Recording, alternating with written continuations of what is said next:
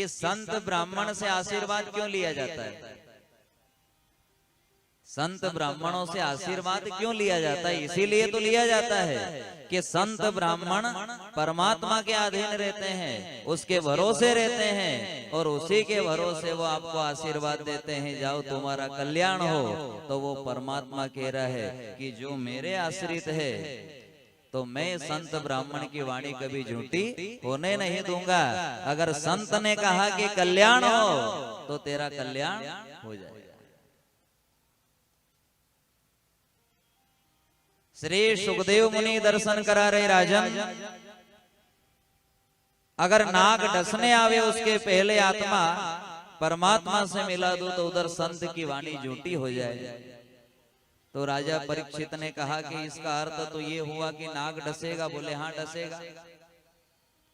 तो फिर मैं तो नरक में जाऊंगा, नाग योनि में जाऊंगा। पर यहाँ सुखदेव मुनि क्या कह रहे हैं, ध्यान देना, गुरु कैसा होना चाहिए जो अपने शिष्य को हर उलझनों से बाहर निकाल दे। सुखदेव मुनि कह रहे हैं राजन, तो बार बार ऐसा भाव क्यों बना रहा है कि नाग डसने आ रहा है, नाग डसने आ रहा है? तू अपना भाव बदल ले। अगर शास्त्र में ये लिखा है कि नाग डसने से नाग योनि मिलती है, तो शास्त्र में ये भी लिखा है कि हरि व्यापक ऐसा कोई जीव नहीं है जिसमें नारायण नहीं है। अरे जब चींटी में भी नारायण है तो क्या नाग में नारायण नहीं हो सकता? क्या क्या कहा कि जब चींटी में नारायण है तो नाग में नारायण नहीं हो सकता? क्या हो सकता है? अरे तू अपना भाव बदल ले।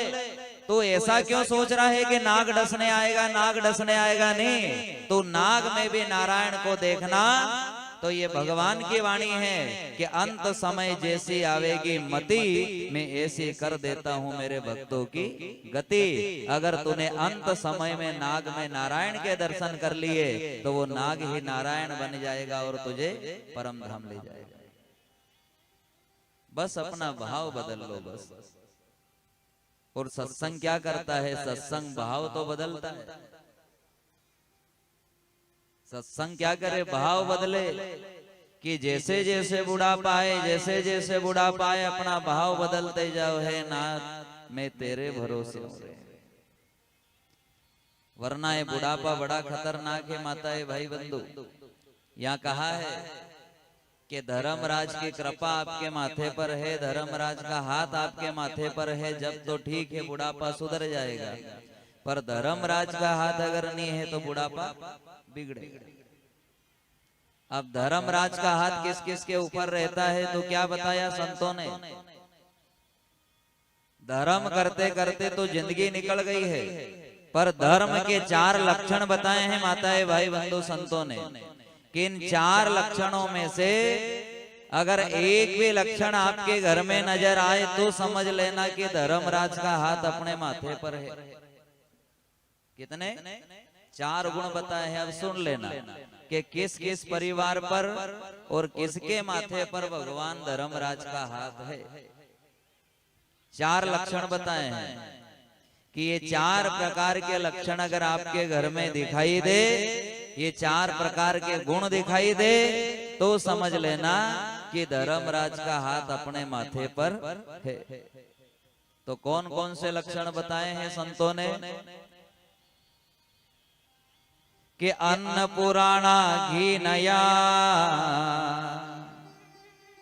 कि अन्न पुराणा घी नया और कुलवंती नार, अंत समय तुरंत मिले ये धर्म के लक्षण 4।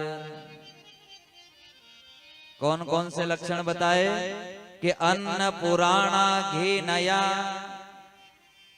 और कुलवंती नार, अंत समय तुरंत मिले ये धर्म के लक्षण 4। ये इशारा दिया है संतों ने कि अन्न पुराना घी नया, यानी कि हमारे घर में अन्न का दाना कभी खत्म नहीं होना चाहिए।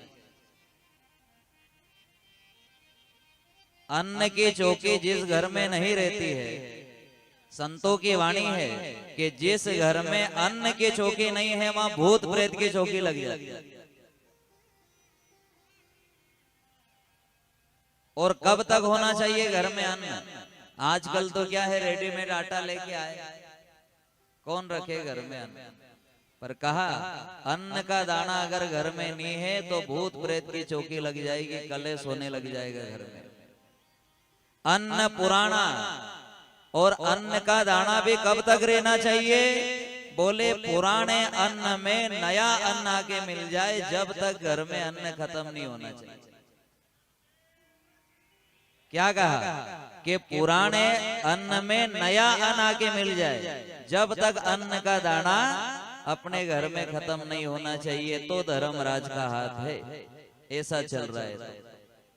अन्न पुराना घी नया, घर में देसी गाय का घी होना चाहिए, देसी गाय का। अब देसी गाय ही नहीं है, गौ महारानी ही नहीं है। आगे कथा आएगी गौ की महिमा, ये भगवान के मुख की वाणी है। मैया यशोदा से गौ कथा सुनाएंगे। कौन? भगवान कृष्ण अपनी मैया को गौ कथा सुनाएंगे। और गौ महारानी की महिमा कि गौ महारानी कोई साधारण पशु मत समझ लेना। गौ का अर्थ है विश्व। कहते हैं आप एक रोटी रोज भी अगर गौ महारानी को खिला रहे हो तो पूरे जगत के, पूरे विश्व के जीव आत्मा को आपने भोजन करवा दिया, इतना फल आपको प्राप्त हो जाएगा। एक रोटी रोज भी खिलाई। बताया है शास्त्रों में कि गौ महारानी और बैल, इनके जो खुर है, इनके चरण में अनन्य नागों का वास होता है। अनन्य नागों का। पहले बैल से खेती होती थी, गौ महारानी खेत में घूमती थी, बैल खेत में घूमते थे। और ये संतों की वाणी है कि आज भी जिस आंगन में गैया है, ध्यान देना सभी जिन जिनके घर गैया है, जिस आंगन में गैया है, जिस भूमि पर गौ महारानी रहती है, उस भूमि में से गौ महारानी के चरण जो खुर है उसमें अनन्य नागों का वास बताया शास्त्रों में। वो नाग ऐसे हैं कि जिस भूमि पर गौ महारानी के चरण पड़ते हैं तो उस भूमि में से तमोगुण नष्ट हो जाते हैं और सतोगुण से वो जगह भर जाती है। सतोगुण से। पहले बैल से खेती होती थी, ध्यान देना, फसल भले कम होती थी लेकिन वो अमृत जैसी होती थी, उसे खाते थे तो उनकी बुद्धि सही रहती थी लोगों की। और अब भले फसल ज्यादा हो रही है, बड़े बड़े ढेर दिख रहे हैं, लेकिन सब तमोगुण से भरा हुआ, विष भरा हुआ है। वही विष खा रहे हैं और विष उगेड़ रहे हैं सबके सब। वो उसको निपटाए तो वो उसको निपटाए। अपने हिंदुओं की एकता का नजर आवे, कहाँ नजर आवे हिंदुओं की एकता?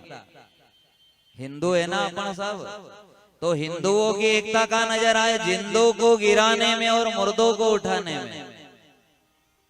हिंदू की एकता नजर आएगी जिंदों को गिराने में। ये आगे कैसे बढ़ गया, इसकी तो 12 बजाना है। तो 2-4 और साथ में हो गए, बोले हाँ भैया इसको तो निपटाना ही, बहुत ज्यादा इतरा गया।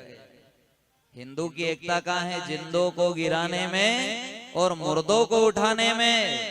अरे जिस समय साथ देना था उस समय तो आग लगाने का काम किया, और आज जब मृत्यु को प्राप्त हो गया तो जाकर कांदा दे रहा है कि मैं भी दे दूं। तो ये नकली हिंदू है, ये असली नहीं है। हिंदू को तो दयालु कहा है। तो धर्म के 4 लक्षण, अन्न पुराना घी नया। अगर गौ महारानी का घी भी है तो भी धर्मराज का हाथ आपके परिवार पर, आपके माथे पर है। तीसरा बताया है अन्न पुराना घी नया और कुलवंती नार। घर में बहू रानी ऐसी है कि चाहे 50 मेहमान भी आ जाए तो घबराए नहीं, बढ़िया मुस्कुरा के सबके लिए पकवान बनाए और ऐसा विचार करे कि आज तो मेहमान के साथ अपने भी पकवान मिलेगा, बढ़िया बनाओ और खिलाओ। मेहमान भी आए तो वो भी बड़ाई करके जाए, गजब की बहू रानी आपकी, क्यों कभी मुंह नहीं चढ़ाए, मीठी वाणी बोले, सबका सम्मान करे। अगर ऐसी बहू रानी आपके घर है तो भी संतों ने कहा समझ लेना धर्मराज का हाथ है जो ऐसी बहू है। और अंत समय तुरंत मिले। आप बेटे बहू को कड़वे वचन बोल रहे हो, फिर भी अगर बेटे बहू आगे पीछे घूमे और सेवा कर रहे हैं तो समझ लेना धर्मराज का हाथ है जो इतना कड़वा सुनने के बाद भी सेवा कर रहे हैं। ये 4 लक्षण काई के हैं, धर्म के। अब 4 लक्षण बताए हैं पाप के। बहुत सारी माताएं बहनें कहती है गुरुजी मैं तो मेरी बहू रानी को इतने लाड़ प्यार से रखूं लेकिन फिर भी वो बड़ी बड़ी आंख दिखाए। और एक मेरी सहेली है वो दिन भर बहू रानी को उंगलियों पे नचाए लेकिन फिर भी वो मम्मी जी करे। ने मैं लाड़ प्यार से रखूं फिर भी आंख दिखाए। तो कारण यही है कि भले तो मीठी बोले लेकिन धर्मराज का हाथ माथे पर नहीं है, और वो सहेली भले कड़वी बोले पर धर्मराज का हाथ उसके माथे पर है, तो कड़वा बोले तो भी सेवा मिल रही है। यहाँ 4 लक्षण बताए हैं धर्म के और 4 बताए हैं पाप के। अब पाप के क्या हैं, एक एक शब्द को बड़े भाव से अमल करना। के सूखी रोटी ऋण घना,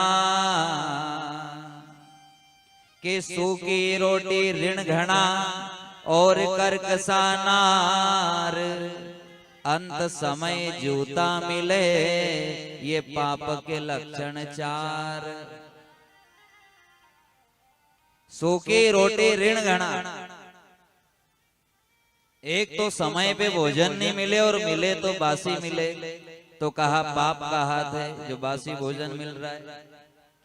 कर्जा इतना है कि लोग गाली दे के जा रहे हैं तो भी समझ लेना पाप का हाथ है। ज्यादा कर्जा होना भी पाप है। और कर्कशा नार, घर में महिला ऐसी है कि दिन भर कलेश करती रहे, लड़ाई झगड़ा करती रहे। और सुन लेना जितनी भी माताएं बहनें यहाँ बैठी हो, या सुखदेव मुनि की वाणी है कि जिस घर में, जिस घर गृहस्थी जीवन में महिला कलेश ज्यादा करे, आप ये वाणी ये गुण गठान लगा लेना जितनी भी माताएं बहनें यहाँ बैठी है। आप अगर घर गृहस्थी जीवन में कलेश कर रहे हैं, ये सुखदेव मुनि की वाणी है कि जिस घर में महिला नारी कलेश ज्यादा करे और उसका पति व्यापार के लिए बाहर गया है, उसका बेटा व्यापार के लिए बाहर गया है और उसके ऊपर कोई संकट आया और आप घर गृहस्थी जीवन में अगर कलेश ज्यादा कर रही हो तो ध्यान देना आपने घर बैठे बैठे ही उसके गले में कुराड़ा मारने का काम कर दिया। क्या मारने का काम कर दिया? घर बैठे बैठे ही उसके गले में कुराड़ा मारने का काम कर दिया। कलेश क्या है? कलयुग है।